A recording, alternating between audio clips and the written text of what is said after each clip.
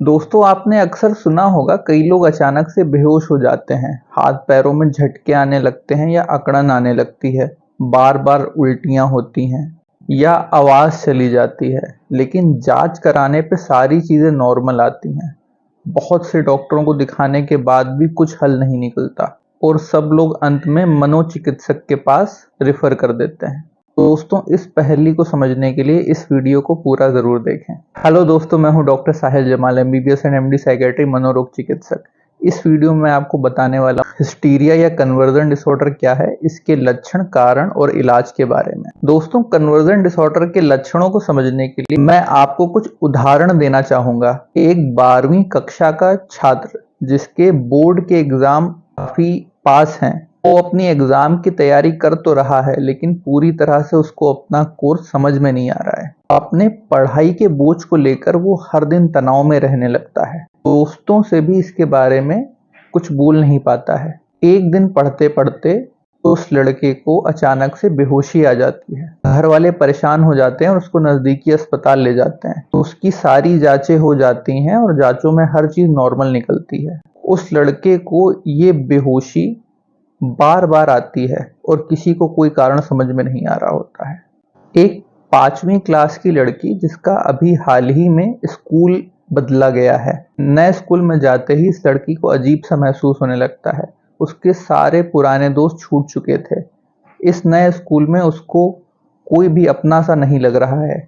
वो हर क्लास में अपने पुराने दोस्तों, अपने पुराने स्कूल के बारे में ही सोचती है। इतने में उसकी टीचर उसको डांट देती है। टीचर के डांटते ही लड़की के पेट में बहुत जोरों से दर्द शुरू हो जाता है और उसको उल्टियां आने लगती हैं। लड़की को अस्पताल ले जाया जाता है। कई सारी उल्टी की दवाइयां देने के बाद भी उल्टी थमती नहीं है और जांचों में सारी चीजें नॉर्मल आती हैं। एक महिला जिनकी अभी हाल ही में शादी हुई है, अपने ससुराल में जाती हैं। ससुराल में 5-6 दिन बिताने के बाद ही अचानक से ऐसा महसूस होता है कि उनके दोनों पैर काम नहीं कर रहे हैं और उनको चलने फिरने में दिक्कत शुरू हो गई है। घर वाले, ससुराल वाले सब परेशान हो जाते हैं। सीटी स्कैन, एमआरआई सब नॉर्मल आता है और इस पैरों की कमजोरी का कोई कारण नहीं नजर आता है। एक दिन एक विवाहित जोड़े में गंभीर मतभेद हो जाता है। बहुत कहासुनी हो जाती है। उस कहासुनी के बाद ही पत्नी की आवाज चली जाती है। अस्पताल ले जाकर गले की सारी जांचें हो जाती हैं, एंडोस्कोपी, अल्ट्रासाउंड। बड़े बड़े डॉक्टर भी कह देते हैं कि इनके गले में या शरीर में कोई भी दिक्कत नहीं है। 5 भाई बहनों में सबसे छोटी बहन अपने बड़े भाई से एक झगड़े के बाद अचानक से खांसने लगती है। उसकी खांसी रुकती नहीं है। लोग डॉक्टर के पास ले जाते हैं। खांसी की कई सारी दवाइयां खाने के बाद भी खांसी रुकती नहीं है।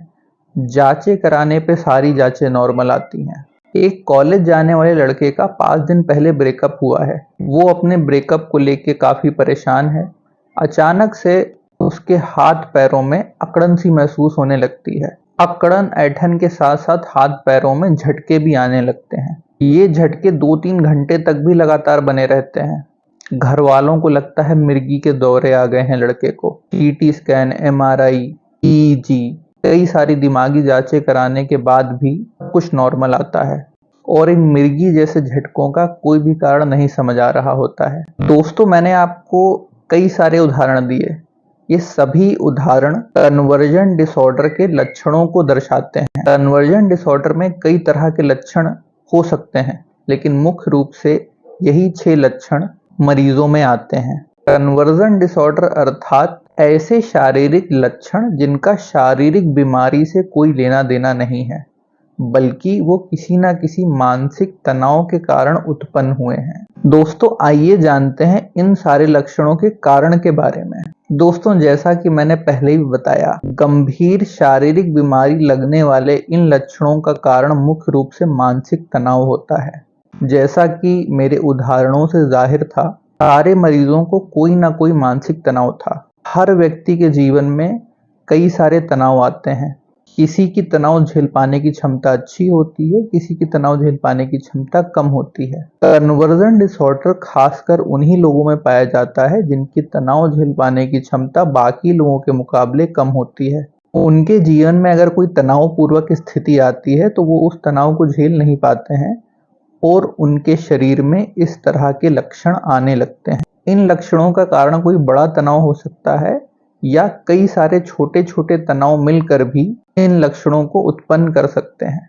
उदाहरण के तौर पे किसी प्रियजन की मृत्यु हो जाना जीवन का एक बड़ा तनाव है। वहीं अगर किसी के जीवन में पैसों की तंगी है, साथ में उसके रिश्ते भी अच्छे नहीं चल रहे, साथ में उसको कोई बीमारी भी हो जाती है, अगर ये कई सारे तनाव किसी व्यक्ति के जीवन में एक साथ आ जाते हैं तो भी उसे कन्वर्जन डिसऑर्डर के लक्षण आ सकते हैं। दोस्तों, जिन व्यक्तियों की तनाव झेल पाने की क्षमता कम होती है वो जिंदगी के छोटे छोटे तनाव में भी इन लक्षणों को महसूस करने लगते हैं। तनावजनक स्थिति में इंसान अक्सर नकारात्मक सोच से घिर जाता है, बहुत ज्यादा ओवरथिंक करने लगता है।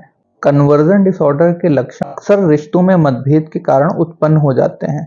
अगर रिश्तों में लगातार मतभेद होता है तो वो हमारा जीवन तनावपूर्वक बना देता है। दोस्तों, जीवन की कठिन परिस्थितियों के कारण होने वाले तनाव और उससे उत्पन्न हुई नकारात्मक सोच और रिश्तों में मतभेद के कारण होने वाले तनाव से बचने के लिए मैंने अपने ये 2 वीडियो बनाए हैं।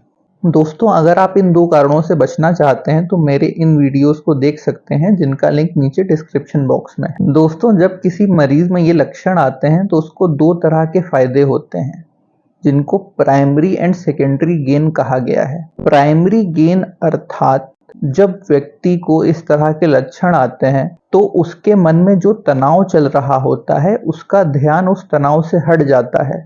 उस तनाव से ध्यान हटते ही मरीज को राहत महसूस होती है, उसके मन में चलने वाली नकारात्मक सोच समाप्त हो जाती है। दोस्तों, जब मरीज को इस तरह के लक्षण आते हैं जैसे बेहोशी, हाथ पैरों में अकड़न, ऐंठन, बार बार उल्टियां आना, इनमें से लक्षण कोई भी हो, घर के सभी लोग मरीज के ऊपर ध्यान देने लगते हैं, उसका हालचाल पूछने लगते हैं, उसकी मदद करने लगते हैं, अस्पताल ले जाते हैं, उसके पसंद का खाना उसको मिलने लगता है, उसको काम काज के बोझ से दूर कर दिया जाता है, पढ़ाई के बोझ से दूर कर दिया जाता है, घर की कोई भी जिम्मेदारी उसके ऊपर नहीं डाली जाती है और सभी की सहानुभूति मरीज के साथ हो जाती है।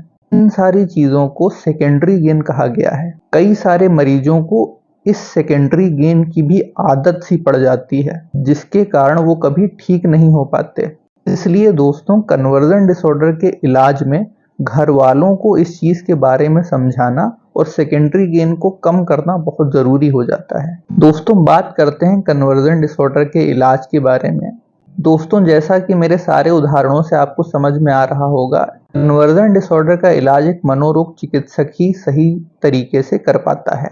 इसलिए अंत में सारे डॉक्टर हर तरह का इलाज देने के बाद और बहुत सारी जांचें कराने के बाद मरीज को एक मनोरोग चिकित्सक को रेफर कर देते हैं। इस रोग के इलाज में मरीज का तनाव कम करने वाली दवाइयां लिखी जाती हैं और मरीज को कई सारे ऐसे तरीके बताए जाते हैं जिससे वो खुद को तनाव मुक्त रख सकते हैं।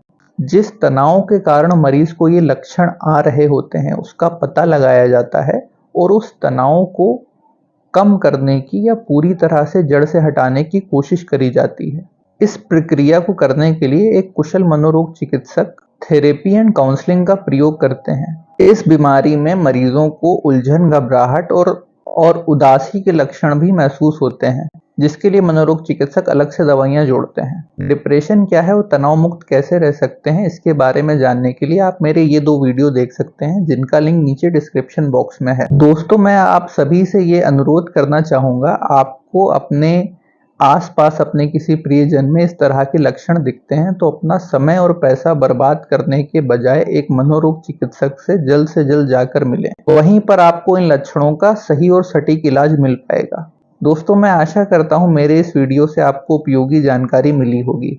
इसी तरह से मेरे वीडियो देखते रहने के लिए लाइक, शेयर एंड सब्सक्राइब जरूर करिए।